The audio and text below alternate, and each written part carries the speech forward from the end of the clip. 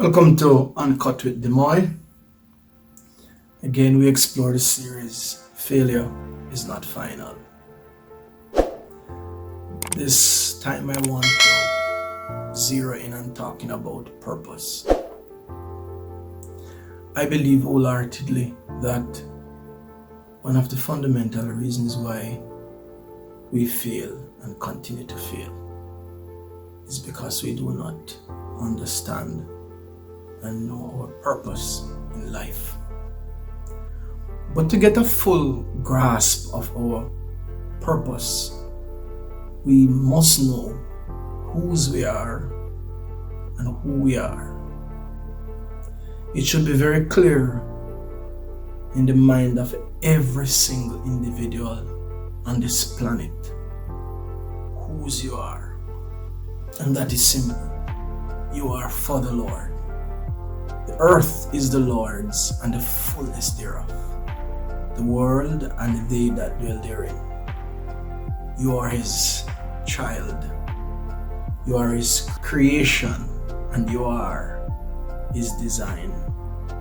And therefore God is the one who has to prescribe your intended purpose, your intended use, the reason for your existence. When you understand who you are, that you are a child of God and that's your identity, it helps you to solve many of your identity crises that you go through. Purpose is one of those things that is most elusive. Many people travel to distant places, been to many religious sites and follow many religious groups and individuals just to find out what is their intended use. My friend, let me tell you this clearly.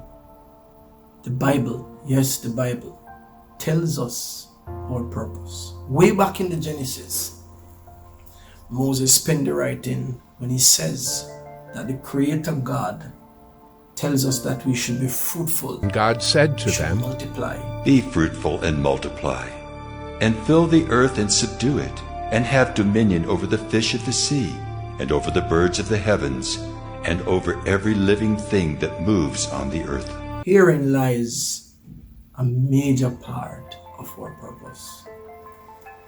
And this is a generic statement Moses puts here in the Genesis, and therefore being fruitful does not only relate to procreation, but to be fruitful in all spheres of our lives and to multiply whatever comes into our grasp. We should multiply it. When we multiply it, we should share it, and we should have dominion. There should be a level of control that we have over the things that happens in our life, having a sound mind,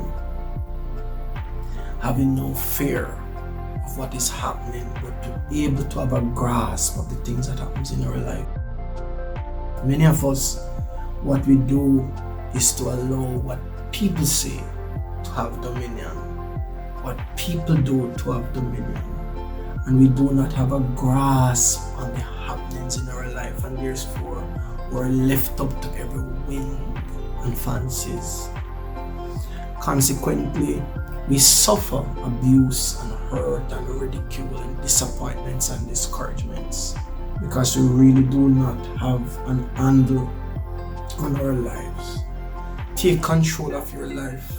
The only person in your life, only person in the life of a mature, free individual that should be in charge of you. You know, when I'm saying charge, I mean of your destiny, of what you do, how you live, how you think.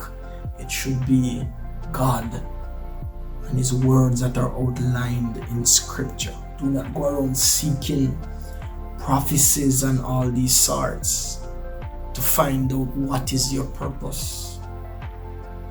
What you should be really seeking is an enhancement in your capacity, that you can be as fruitful as possible and that you can multiply.